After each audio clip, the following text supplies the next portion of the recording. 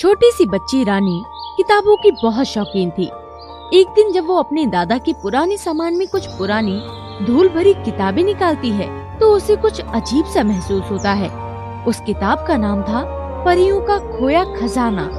जैसे ही रानी ने किताब खोली, उसकी आंखें हैरान रह गई। पन्नों के बीच एक सुनहरा नक्शा था जिस पर लिखा था, जो इस जादुई खजाने तक पहुँचेगा वही परियों की दुनिया को बचाएगा। रानी ने हैरानी से कहा, क्या ये सच है? क्या ये कोई जादुई खजाना है? रानी की दादी मुस्कुराई और बोली, ये कोई साधारण कहानी नहीं है रानी, ये एक सच्ची दास्तान है। अब रानी ने तय कर लिया कि वो इस रहस्य को सुलझाएगी। इसीलिए उसकी पहली परीक्षा थी नदियों का पुल।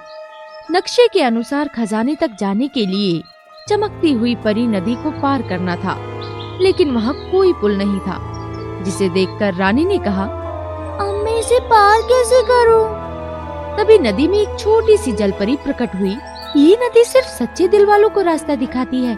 अगर तुम परियों की मदद करना चाहती हो तो अपनी आंखें बंद करो और अपनी सच्ची इच्छा बताओ।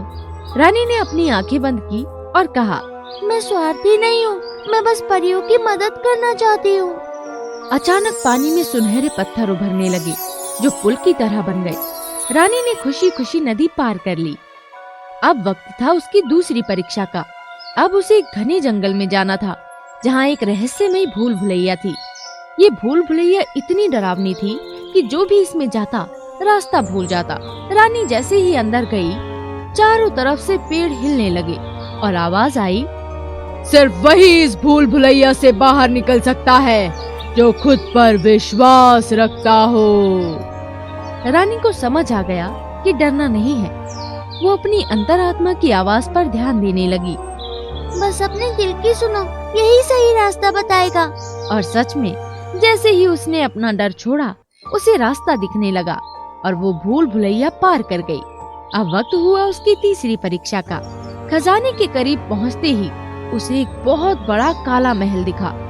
उस महल के अंदर दुष्ट जादूगर शाकाल बैठा था, जिसने परियों का खजाना चुरा रखा था। शाकाल ने हंसते हुए कहा,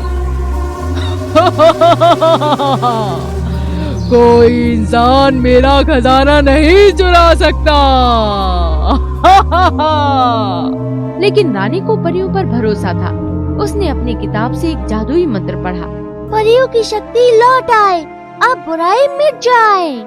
अचानक आसमान में चमकती हुई परियां प्रकट हुई और उन्होंने जादूगर को हराकर उसे धूल में बदल दिया। फिर खजाना खुल गया और परियों की शक्तियाँ वापस आ गई। जिसके बाद परियां बहुत खुश हुई और उन्होंने रानी को जादुई तोहफा देते हुए कहा, जब भी तुम्हें जरूरत होगी बस इस परी सितारे को छूना और हम तुम्हारी मदद के लिए जरूर आएंगे।